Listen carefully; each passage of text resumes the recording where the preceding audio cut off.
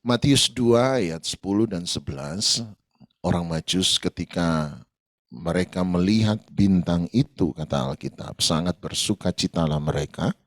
Ayat 11, maka masuklah mereka ke dalam rumah itu dan melihat anak itu bersama Maria ibunya, lalu sujud menyembah dia.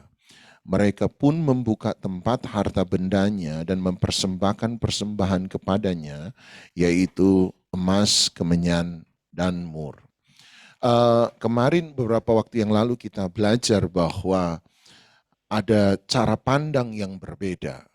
Mengapa orang Majus melakukan tindakan yang sama tetapi kemudian memberi respon yang berbeda. Pertama, mereka melihat bintang, mereka bersukacita. Yang kedua, mereka melihat Yesus, mereka sujud menyembah. Dan yang lalu saya berkata pada Anda bahwa cara pandang kita akan menentukan tindakan kita. Kalau apa yang kita lihat tidak seperti apa yang kita inginkan, maka kita akan kecewa. Ketika apa yang kita lihat, apa yang kita dapat, apa yang kita terima tidak seperti yang kita inginkan, maka kita akan kecewa. Semoga Anda setuju. Tetapi yang kedua, ketika apa yang kita lihat, apa yang kita terima, apa yang kita dapatkan ternyata seperti yang saya inginkan, maka kita akan bersukacita. Itu sebabnya orang Majus ketika melihat bintang, dan bintang itu membawa mereka ke tempat di mana Yesus berada, Raja yang baru lahir itu. Mereka bersukacita, sebab itulah ekspektasi mereka. 2 tahun mereka melakukan perjalanan untuk berjumpa dengan Raja yang baru lahir. Dan ketika bintang itu membawa mereka ke tempat di mana mereka inginkan berada, mereka bersukacita sebab mereka mendapatkan apa yang mereka inginkan. Kalau kita menerima apa yang tidak kita inginkan, maka kita kecewa. Tapi kalau kita menerima apa yang kita inginkan, maka kita bersukacita. Tetapi cara pandang ketiga adalah ketika mereka berjumpa dengan Yesus, tiba-tiba mereka melihat Yesus, dan saya percaya mereka melihat Yesus lebih dari apa yang mereka pikirkan. Yesus lebih besar daripada segala sesuatu. Yesus lebih besar daripada ekspektasi kita. Dan ketika mereka melihat Yesus lebih daripada apa yang mereka pikirkan, mereka sujud menyembah. Penyembahan adalah reaksi normal ketika kita berjumpa dengan satu pribadi yang lebih besar daripada segala sesuatu. Penyembahan adalah reaksi normal ketika kita berjumpa dengan satu pribadi atau sesuatu yang lebih besar daripada apa yang kita bisa pikirkan. Dan orang Majus ketika berjumpa dengan Yesus, mereka memberi dua hal. Pertama, mereka memberi penyembahan mereka. Alkitab berkata mereka sujud menyembah.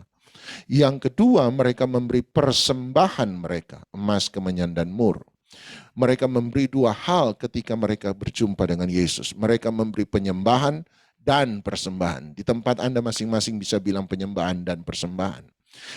Penyembahan tanpa persembahan bukanlah penyembahan sama sekali.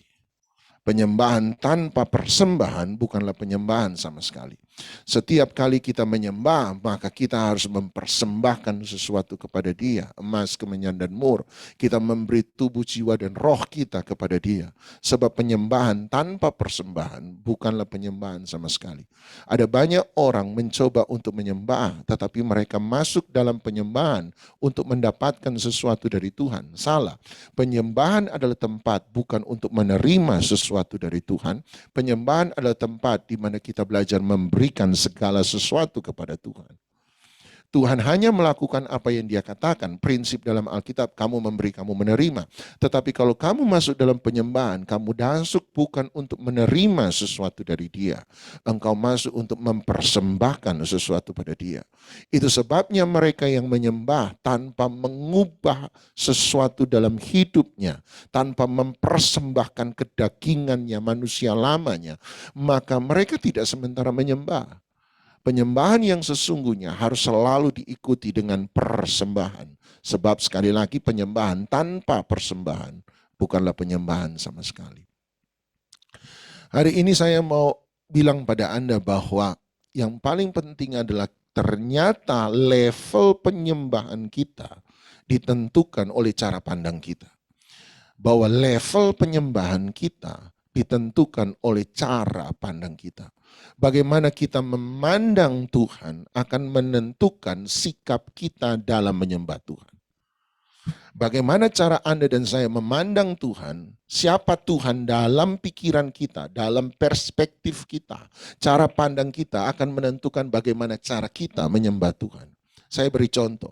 Dalam Lukas pasal 2, malaikat muncul kepada para gembala, Anda masih ingat, dan berkata, hari ini telah lahir bagimu juru selamat, yaitu Kristus Tuhan di kota Daud.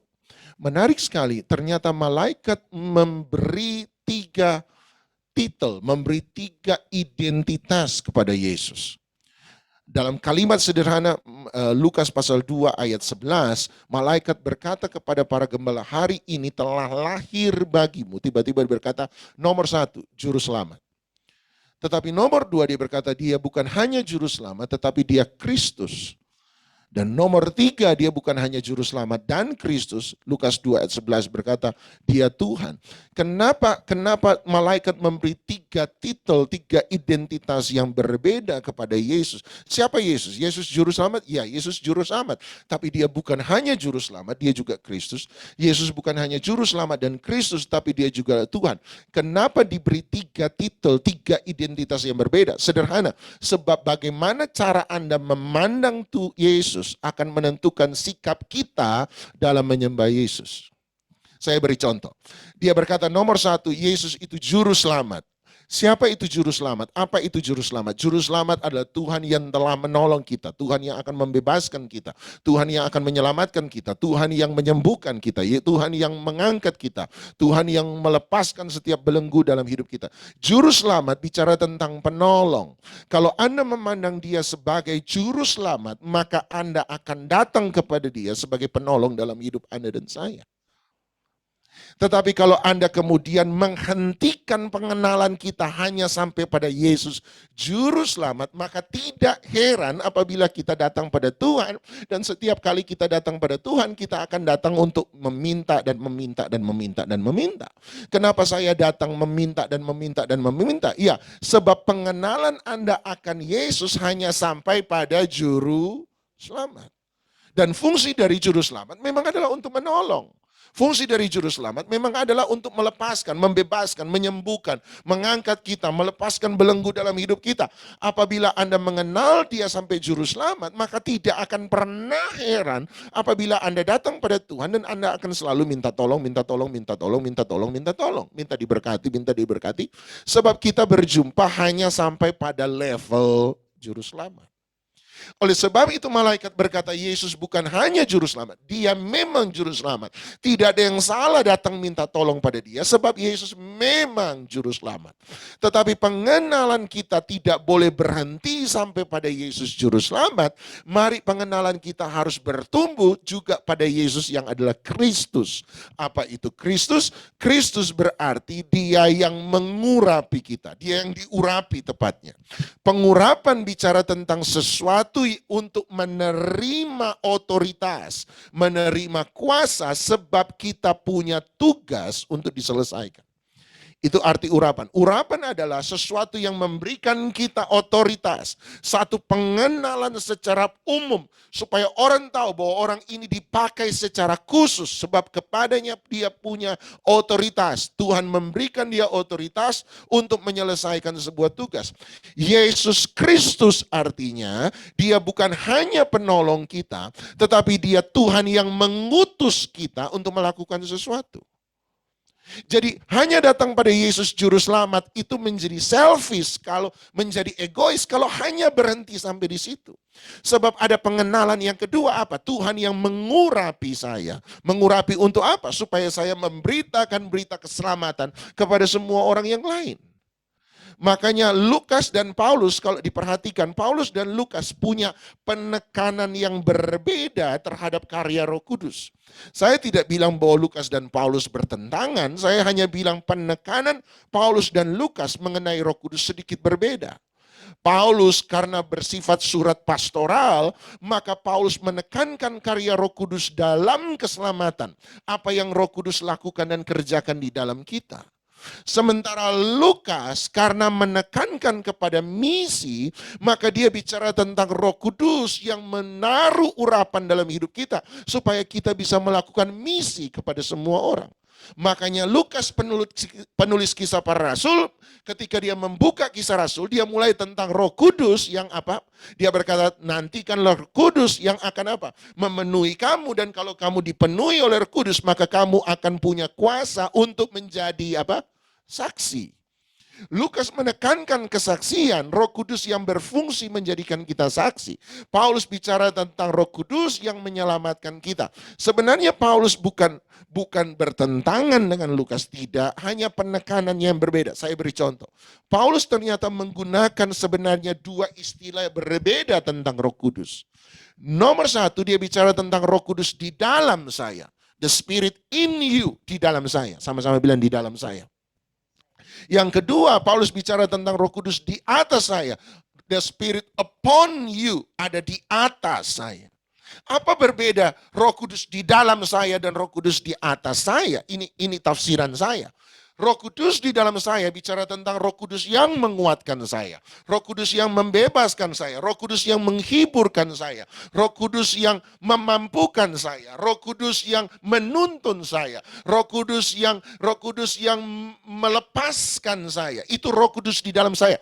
Segala sesuatu yang dikerjakan Roh Kudus untuk saya, itu Paulus katakan the Spirit in you, Roh Kudus di dalam saya. Tetapi ketika Paulus bicara tentang the Spirit upon you, Roh Kudus di atas saya, dia tidak lagi bicara tentang Roh Kudus yang membebaskan saya, Roh Kudus yang menuntun saya, bukan. Tetapi dia bicara tentang Roh Kudus yang menggunakan saya untuk membebaskan orang lain. Karya Roh Kudus di dalam saya yang akan menuntun orang lain. Roh Kudus di dalam saya adalah Roh Kudus yang menghiburkan saya. Roh Kudus di atas saya adalah Roh Kudus yang menggunakan saya untuk menghiburkan orang lain. Segala sesuatu yang dikerjakan Roh Kudus di dalam saya, dia menggunakan kata in you, di dalam engkau. Segala sesuatu yang Roh Kudus gunakan untuk saya, melalui saya, bagi orang lain, dia bicara tentang the Spirit upon you. Mari jangan berhenti hanya pada Roh Kudus di dalam saya, tetapi mari kita bergerak juga pada Roh Kudus di atas saya. Roh Kudus yang memakai saya untuk orang lain. Saya percaya salah satu pelayanan yang hilang di tengah-tengah gereja hari ini adalah pelayanan misi, kalau mau jujur. Gereja begitu menjadi eksklusif. Gereja memperindah, memperbagus tentang semua aksesoris ibadah. Tapi persoalannya, dari tahun kemarin kita lihat ketika pandemi datang, berapa banyak orang yang tergoncang imannya, ada berapa banyak orang menjadi lemah, sebab ternyata aksesoris ibadah tidak pernah membuat iman Anda menjadi kuat. Hanya ketika kita belajar menguatkan orang lain, baru kita belajar arti mendapatkan kekuatan dalam hidup kita. Ketika kita belajar mendoakan orang lain, tiba-tiba kita belajar bagaimana iman kita diajak untuk bertumbuh lebih daripada sebelumnya.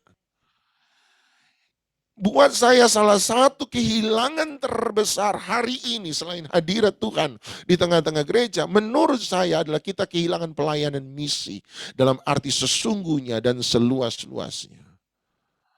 Gereja harus kembali lagi, Anda dan saya harus kembali lagi bahwa Yesus bukan hanya juru selamat, betul dia juru selamat, tapi jangan berhenti hanya sampai pada juru selamat.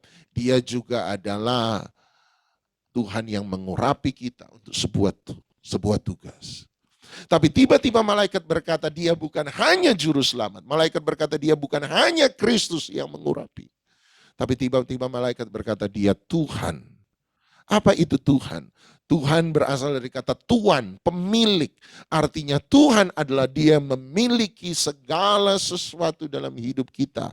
Dialah yang empunya kehidupan kita. Dialah yang punya hak atas hidup kita. Paulus berkata, hidupku bukannya aku lagi, tapi Kristus yang di dalam aku. Dialah pemilik segala sesuatu. Kata Tuhan, Anda berkata, tapi saya sudah tahu Tuhan. Dari dulu saya bilang Tuhan Yesus, Tuhan Yesus, Tuhan Yesus, Tuhan Yesus. Persoalannya kita menyebut dia Tuhan, tetapi kita tidak pernah menjadikan dia Tuhan. Itu persoalannya. Kita tahu dia Tuhan, tetapi Tuhan bicara tentang pemilik dalam hidup kita. Pertanyaannya adalah, apakah ketika dia minta kita melepaskan sesuatu, apakah kita benar-benar melepaskan sesuatu? Kalau tidak, jangan-jangan kita panggil dia Tuhan, tapi dia bukan pemilik, dia bukan Tuhan, bukan penentu kehidupan kita. Kita tahu bahwa dia itu Tuhan, tapi persoalannya menjadikan Yesus Tuhan itu lebih daripada sekedar mengatakan bahwa dia itu Tuhan. Lebih. Paulus bahkan menggunakan kata setiap lutut harus bertelut. Artinya tidak ada kedaulatan yang lebih tinggi dalam hidup kita. Lebih daripada dia itu sendiri. Itu yang gak gampang. Dan buat saya menjadikan dia Tuhan butuh pengalaman perjalanan seumur hidup. Untuk bisa belajar mengenal dia itu Tuhan. Kalau dia bilang kanan, dia bilang kiri, kita ke kiri. Ketika dia suruh berhenti, sementara kita mau terus. Baru situ kita terlihat dia itu benar-benar Tuhan atau tidak. Satu kali, salah satu guru saya memberi satu cerita yang buat saya luar biasa. Dia cerita bagaimana di Eropa ada pertemuan sinode, pendeta-pendeta hamba Tuhan. Dari sebuah sinode, sebuah gereja. Maka berkumpullah semua pendeta dari berbagai tempat benua yang ada di muka bumi kumpul di satu tempat itu. Dan di tengah-tengah acara pembukaan karena terjadi kemoloran saudara. Ada molor waktu, ada beberapa hal yang belum siap sehingga mereka harus menunggu. Dan panitia berpikir sementara menunggu daripada mereka ngobrol kanan kiri, suara tidak jelas semua, maka lebih baik dibuat satu acara khusus sambil menunggu semuanya settle, semuanya baik sehingga acara bisa dimulai. Maka panitia kemudian membuat acara di mana mereka akan meminta dua orang pendeta untuk membacakan Mazmur 23 di hadapan pendeta-pendeta yang lain. Maka dipilihlah dua pendeta yang berasal satu mewakili pendeta-pendeta yang lebih muda dan yang kedua mewakili pendeta-pendeta yang lebih tua. Untuk mewakili pendeta-pendeta yang lebih muda maka dipilihlah pendeta yang paling terkenal di antara orang muda hari itu. Pendeta yang paling terkenal, pendeta yang paling elegan, pendeta yang paling mampu berkomunikasi, pokoknya suaranya paling bagus, punya karisma yang paling bagus, maka dipilihlah satu orang pendeta. Maka pendeta yang pertama, pendeta mewakili orang muda diajak maju ke depan untuk membacakan Mazmur 23. Dan ketika pendeta itu naik ke depan, ada ketukan tangan yang keras dan dia mulai membaca Mazmur 23. Dan dia membaca Mazmur 23 dengan alunan suara yang begitu indah. Begitu memukau seperti seorang yang membaca puisi yang begitu hidup. Dan dia mulai berkata, Tuhan adalah gembalaku, takkan kekurangan aku. Dia membaringkan aku di padang rumput hijau. Dia menuntun aku ke air yang tenang, menyegarkan jiwaku.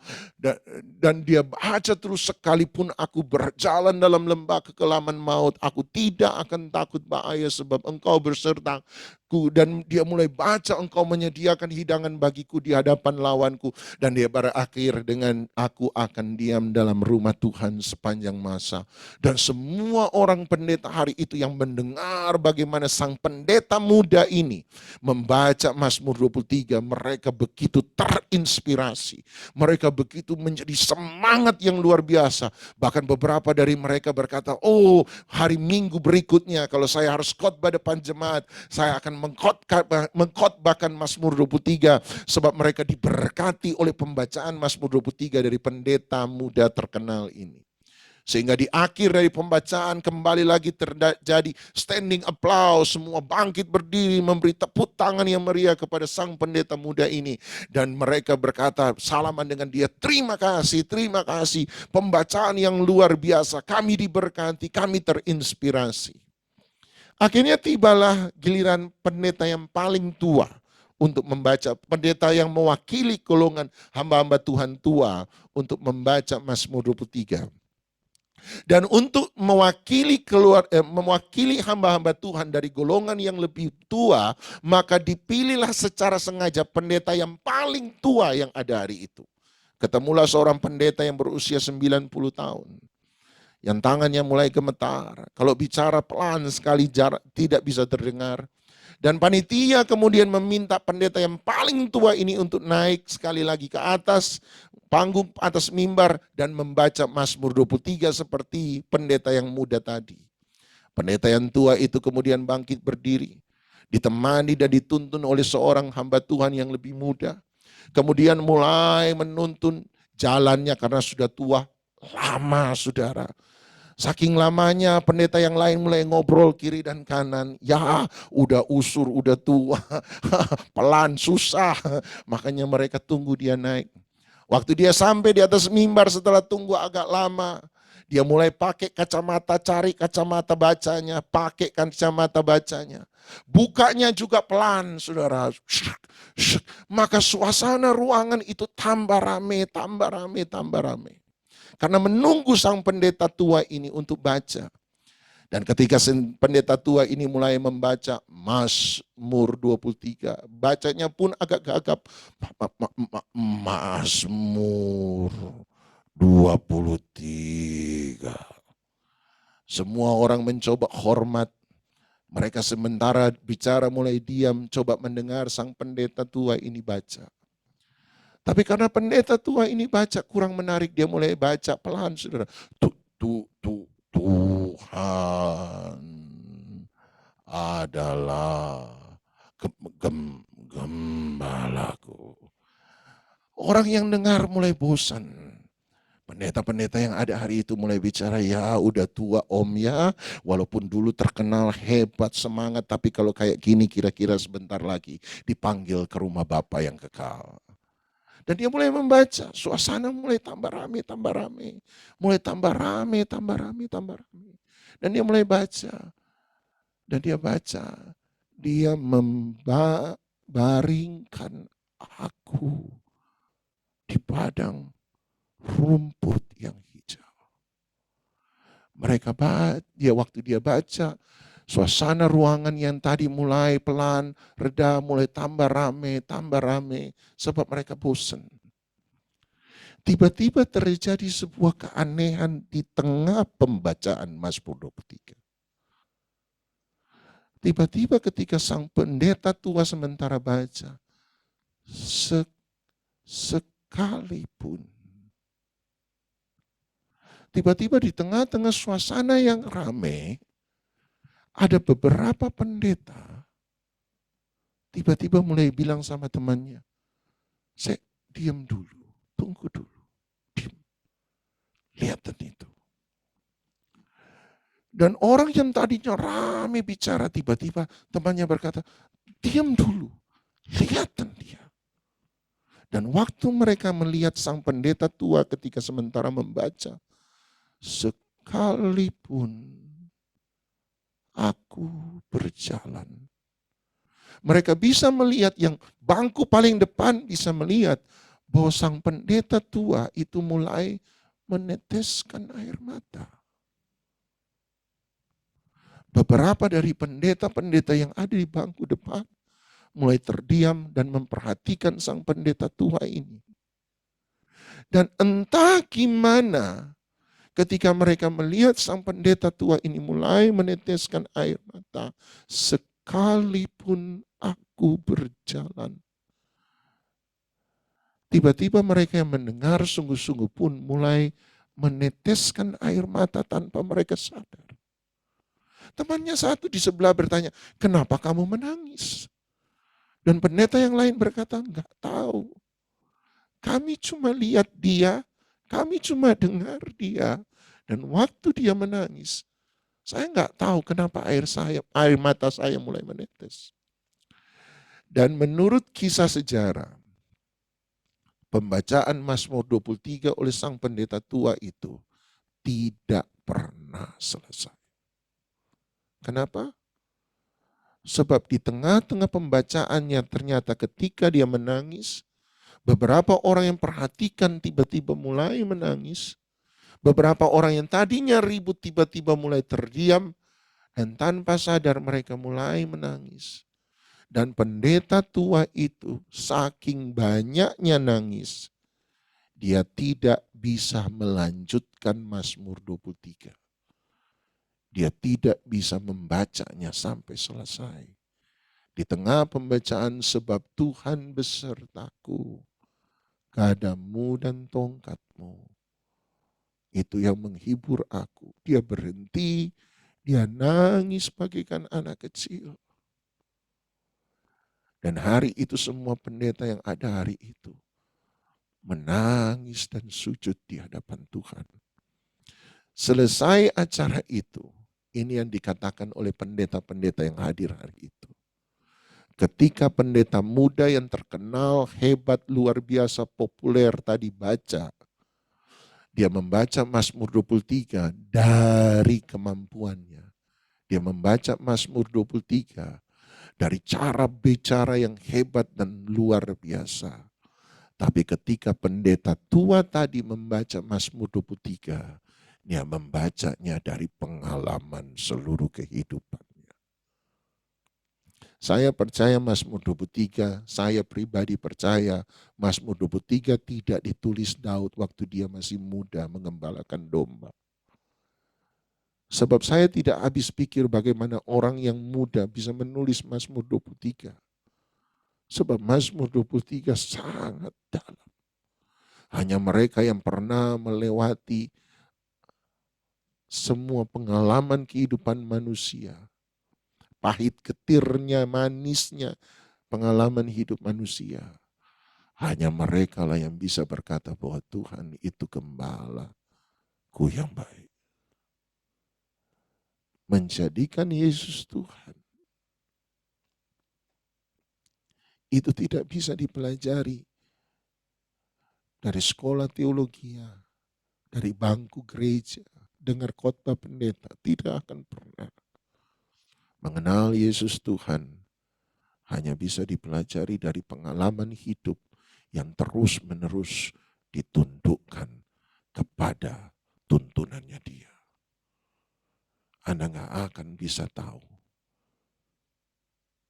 kecuali Anda benar-benar menjadikan Yesus itu Tuhan.